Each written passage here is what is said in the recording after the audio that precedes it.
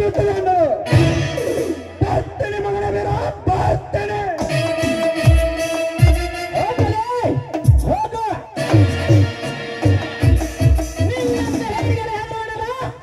ಈ ಗುರಿಯಾರ ಬೇಡ. ಓಹೋ ಯಾರ ಮನೇನು ಒಂಟಿಯಾಗಿ ಈ ಜಗದಲ್ಲಿ ಬರಬಾರ್ದು. ಹೋಗಿ ಮನೆ ಕಡೆಗೆ. ನಾನು ಈ ಊರ ಅಕಲ್ಪ ಶ್ರೀಮಂತನಾದ MLA ವೀರನಗೌಡ ತಂಗಿ ಲಕ್ಷ್ಮಿ ಅಂತ. ನನ್ನನ್ನ ಈ ಕಾಮಕನ ಬಲೆಯಿಂದ ಪಾರು ಮಾಡಿದ ನಿಮಗೆ ಶರಣಾರ್ಥಿ. ಓಹೋ ಪಂಜರ್ನಲ್ಲಿ ಸಾಕಿದ ನಿನಗೆ ಈ ಪರಿಸ್ಥಿತಿ ಇರಲೇ ಇರಲೇ. ನಿಲ್ಲು ವೀರ ನಿಲ್ಲು. ಈ ನಿನ್ನ ಶೂರತನಕ್ಕೆ ನಿನ್ನ ಧೀರತನಕ್ಕೆ ನಾನು ಮನಸ್ಸೋತು ಹೋಗಿದ್ದೇನೆ. ದಯವಿಟ್ಟು ನನ್ನ ಕೊರಳಿಗೆ ತಾಳಿ ಕಟ್ಟಿ ನನ್ನನ್ನು ನೀವು ಗಂಡನಾಗಬೇಕು ಅಂತ ಆಸೆ ಇಟ್ಕೊಂಡಿದ್ದೇನೆ. ಈ ಆಸೆಯನ್ನ ಬೇಗ ಇಡು. ಎದರಮ್ಮ ಎದು ಎಂತ ನಿರ್ಧಾರ ಮಾಡಿನದು ಎಂತ ನಿರ್ಧಾರ. ನಿನ್ನ ತಂದೆ ನನ್ನ ಕಡವೈರಿ. ಅದು ಅಲ್ಲದೆ ನೀನು ಬಾಳ ಸಾಲಿ ಕತ್ತಕ್ಕೆ. ನಾನು ಸಾಲಿ ಕಲ್ತಿದ ಸತದಡ್ಡ ಮೊದಲೇ ಅಬ್ಬಟ್ಟು. ನನಗನಿಗೆ ಎಲ್ಲಿದೆ ಹೊಂದಾಣಿಕೆ ಹಿಂದೆ ಪಡೆದುಕೋ ಆ ನಿನ್ನ ಮಾತನ್ನು. ನೋಡಿ ಭೀರ, ಪ್ರೀತಿ ಎಂಬ ಅರ್ಥಕ್ಕೆ ಯಾವ ಅಂತರವೂ ಇಲ್ಲ. ನಾನು ಸಾಕಷ್ಟು ಕಲ್ತಿರಬಹುದು ನಿಜ, ಶ್ರೀಮಂತನ ತಂಗಿಯೇ ಇರಬಹುದು. ಆದ್ರೆ ಸದಾ ನಿಮ್ಮ ಆಸೆಯಂತೆ ನೀಡುತ್ತೆ ಅಷ್ಟೇ. ಕುರಿಮರಿಗಳ ಸೇವೆ ಮಾಡಿ ನಿಮ್ಮ ಆಸೆಯಂತೆ ನಡ್ಕೊಳ್ತೇನೆ. ಆದ್ರೆ ನೀವು ನನ್ನನ್ನ ಯಾವತ್ತೂ ಕೈ ಬಿಡುವುದಿಲ್ಲ ತಾಯಿ.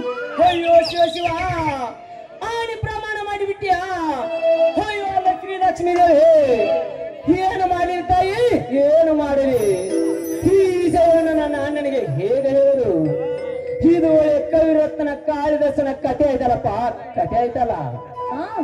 ಕಾಳಿದಾಸನ ಹೆಂಡತಿ ಅವನನ್ನ ಕವಿರತ್ನಾಗಿ ಮಾಡಿದಂತೆ ಇಂದು ನಾನು ನಿಮ್ಮ ಹೆಂಡತಿಯಾಗಿ ಈ ನಾಡಿಗೆ ರಾಜನಾಗಿ ಮಾಡ್ತೇನೆ. ಭಾಬಿಯ ಲಕ್ಷ್ಮಿ, ಈ ಮಾತು ಸತ್ಯವೇ? ಇದನ್ನು ನಾನು ನಂಬಲೆ. ನನ್ನಾನೆ ನಿಮ್ಮಾನೆ ಈ ವನದೇವತೆ ಮಾಲೆ ಸತ್ಯ. ಲಕ್ಷ್ಮಿ, ಮದುವೆ ಅನ್ನೋದಾದರೆ ನಮ್ಮ ಅಣ್ಣನ ನಿರ್ಧಾರದಂತೆ ಆಗೋದು. ಆಯ್ತು,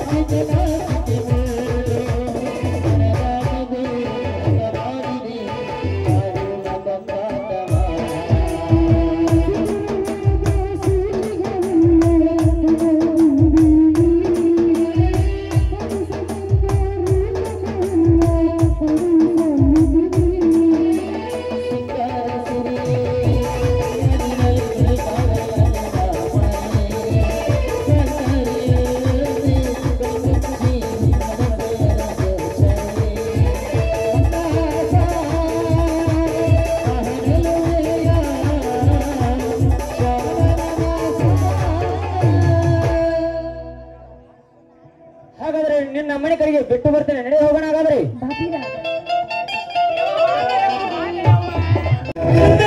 ಕೈವಶವಾಗಬೇಕಾದ ನೀನು ಹೋಗಿ ಹೋಗಿ ಆ ಶತದೊಡ್ಡ ಕೈ ಹಿಡಿದಲ್ಲ, ಇದರ ಸೇರಿದ ಕಿರಿಯನ್ನು ಇದೊಂದು ಪಾಠದಿಂದ ನಿನ್ನನ್ನು ತಲೆ ಕಡಿಸಿ ಸಸಿಯೊಂದಿಗೆ ನಿನ್ನ ಕೈ ಹಿಡಿಸುವವನ ಕನಸನ್ನು ನಾಶ ಮಾಡಿ ಮುಂದೊಂದು ದಿನ ನಿನಗೆ ವಿಧವೆಯ ಪಟ್ಟ ಕಟ್ಟಿ